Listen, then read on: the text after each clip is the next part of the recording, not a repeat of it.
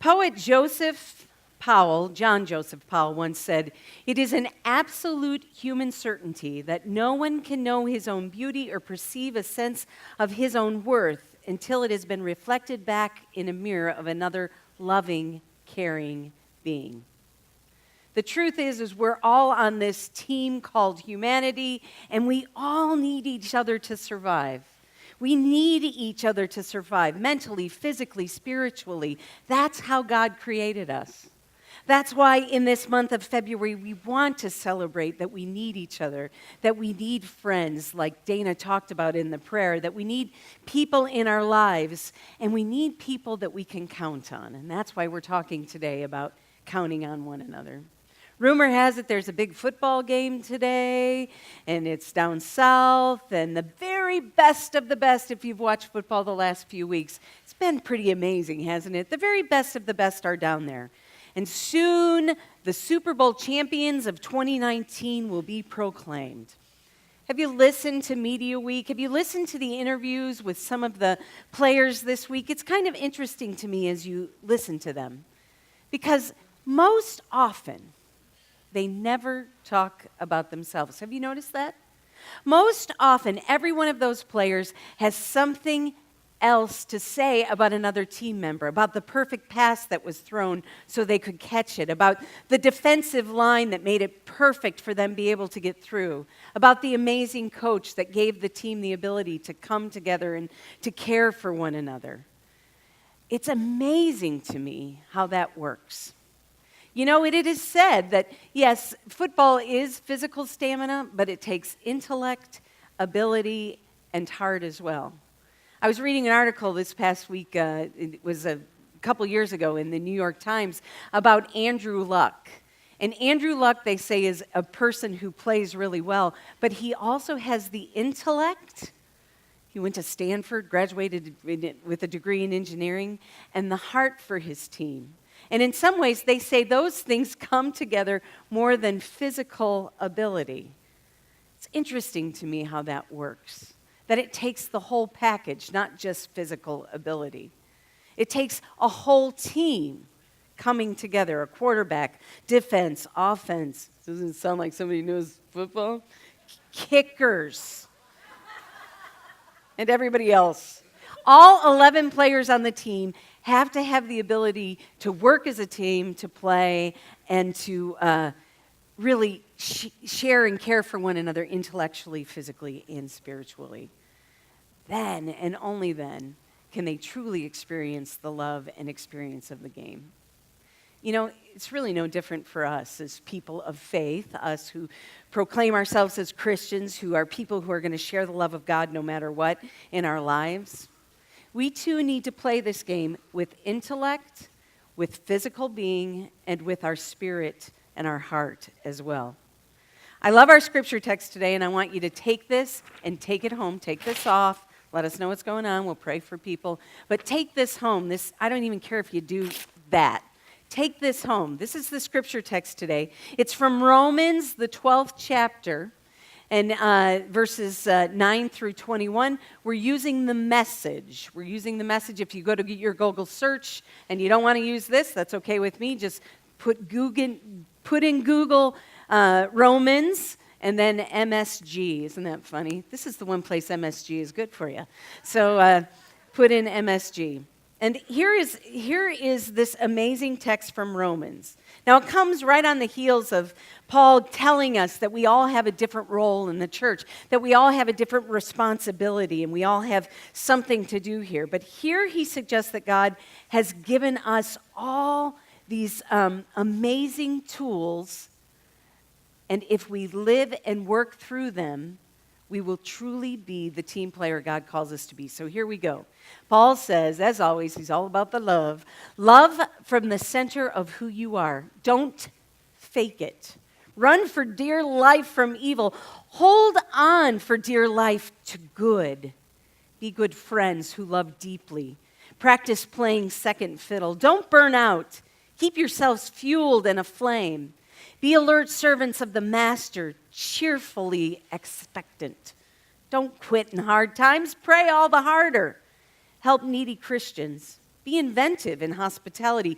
Bless your enemies, no cursing under your breath. Laugh with your happy friends when they're happy.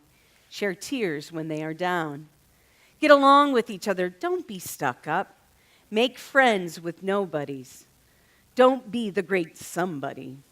Don't hit back. Discover beauty in everyone.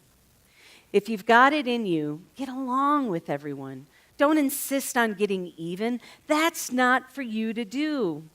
I'll do the judging, says God. I'll take care of it.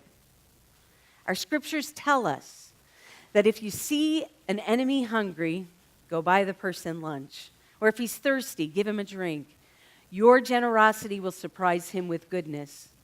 Don't let evil get the best of you. Get the best of evil by doing good. I love that text. I love that text. And it makes me think, are we really living our lives in such a way that we are on this team of loving people who proclaim Christ or who call ourselves Christian? Are we really on this team, and are we willing to do these things? And can we truly count on one another? Can we truly count on one another, and can we truly share in life, overcoming evil? Now, I'm going to share a few stories today that some of you may say, and my mother may say to me, I'm not sure that was very smart. And I'm sharing these stories because I think it is important for us to be mindful that we live in a world today where sometimes fear has taken over. And for me, fear and evil are kind of coexisting in a very real way. And in order for us to live in love, we have to find a way to step through that fear to make a difference in the world. On Tuesday, I had the opportunity, because the Methodist Church has given me this great opportunity to work at a hospital, and I love it. I had the opportunity to be at the hospital, and it just so happened that I was coming home later in the evening when it was starting to get colder and colder and colder. And so bundled up, went out, started the car, did whatever I needed to do, and I started on the road down 10th Street. This hospital's on the west side. And as I was driving down 10th Street, there were people walking. I can only assume, well, I know they were kids coming from the high school. And what was interesting to me is that there were a whole bunch of people on 10th Street.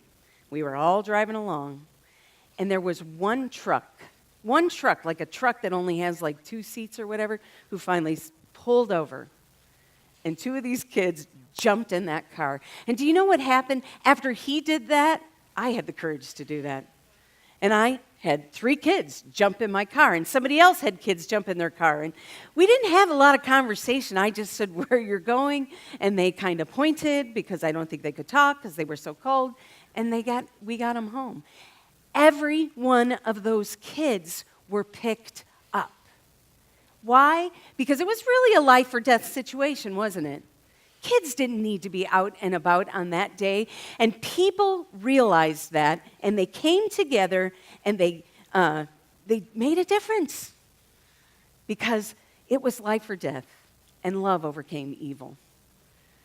I went on that day because I had a feeling that maybe the next day was going to be a little rough, so you've got to get good old Americans. We got to get milk. I don't even drink milk anymore. Milk and bread. You got to do that because you might get stuck, right? So I stopped at one of those places that I don't like to stop at, but I stopped at Walmart, and I pulled in, and I went to the store, and I got my stuff, and I come out, and sure enough, the car next to me, hood is up, and there's a lady kind of standing there trying to figure out what to do. It just so happened that on Friday of that week, the week before, I received a gift. I received this gift from a funeral home, and it was a car kit, one of those emergency car kits, and it was laying on the seat next to me. So I picked it up, I opened it up, and sure enough, there were these things who I later heard were things that could probably help this lady. So then I said to the lady, do you know how to do this? And she said, no. So then I said, well, there are instructions right here. So we are standing in, 150 degrees below zero. attempting to read the instructions on how to do this. And I know red is red and black is black, but I know you're supposed to put something someplace else. And she's looking at me like I'm crazy. Let's just try anything. And we were there reading the instructions when a big truck pulls up, big truck. And he pulls out this thing. I think it's a magic thing that I've never seen before. And quite frankly, I want one of these magic things. He takes this magic thing out of his truck, walks over to her car, goes this and this, and he goes, try to start it. She goes over, she starts it. He takes it off, not really ever saying a word, gets back in his truck and takes off. That is what Paul is talking about here. Paul is talking about creating a community where people are willing to kind of take a little bit of risk, where people are willing to put it out there for one another and to not live in fear, where people have a willingness to pick up a kid who has a mask on their face, or to. That's what Paul is talking about. And that's what we're losing in today's world. I do not doubt that any one of you, if given the same circumstances in the same situation, would not have done the same thing. But if it had been a sunny day, or if it had been a day where there were people on the side streets asking for money, maybe we would have moved back to that place where we don't trust one another anymore. Maybe we would have moved back to that place, which we all are in on a regular basis, driving by the people every day who are having challenges. But when it's life or death, we come through. That's what I love. Earlier, I said something about figuring out what color you were, right? Figuring out how you fit into the stained glass window and what life means for you is, and how you fit into that bigger picture. We have a group of people right now who have been participating in something called Pathway to Purpose. A class that we were like, 3 weeks, it's going to be really easy. You get in, you figure out what gifts God has given you. But the digger you deep, the further you dig, the further you dig down in life, you realize, there is more to this than this surface living I've been doing.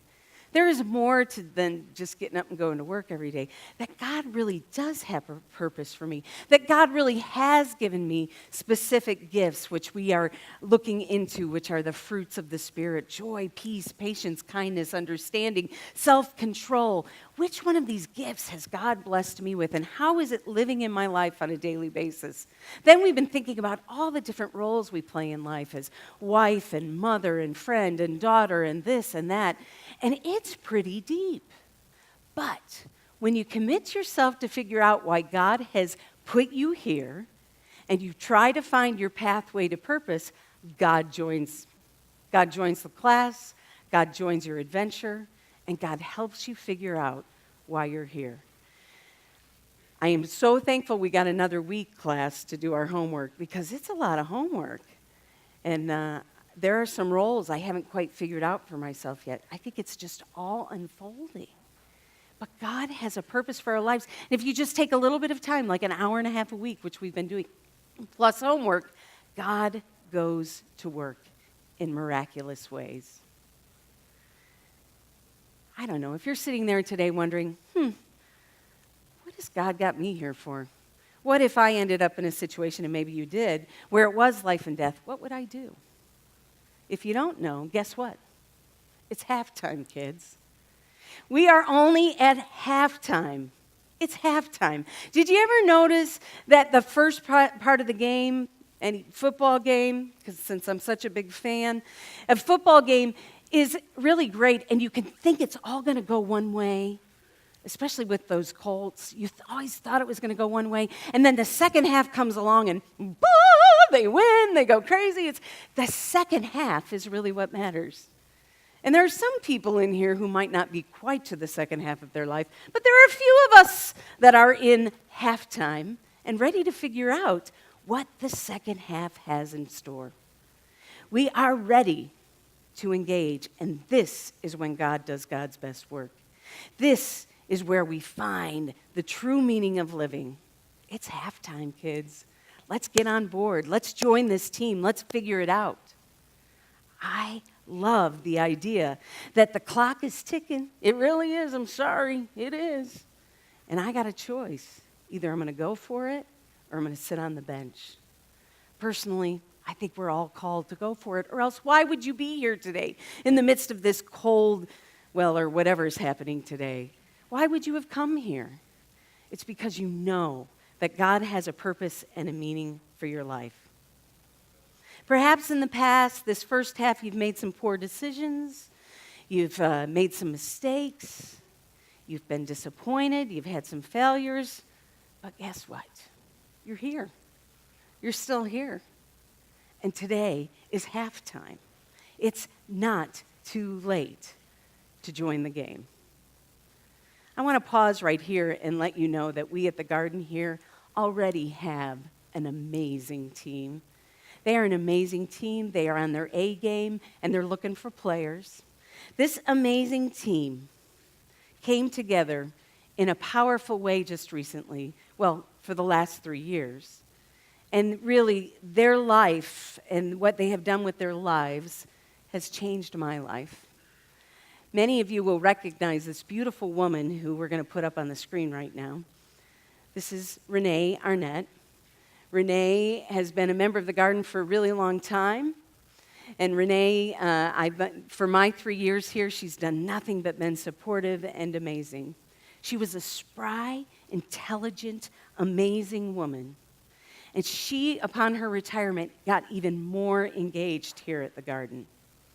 Well, this independent, amazing lady fell on some really challenging times.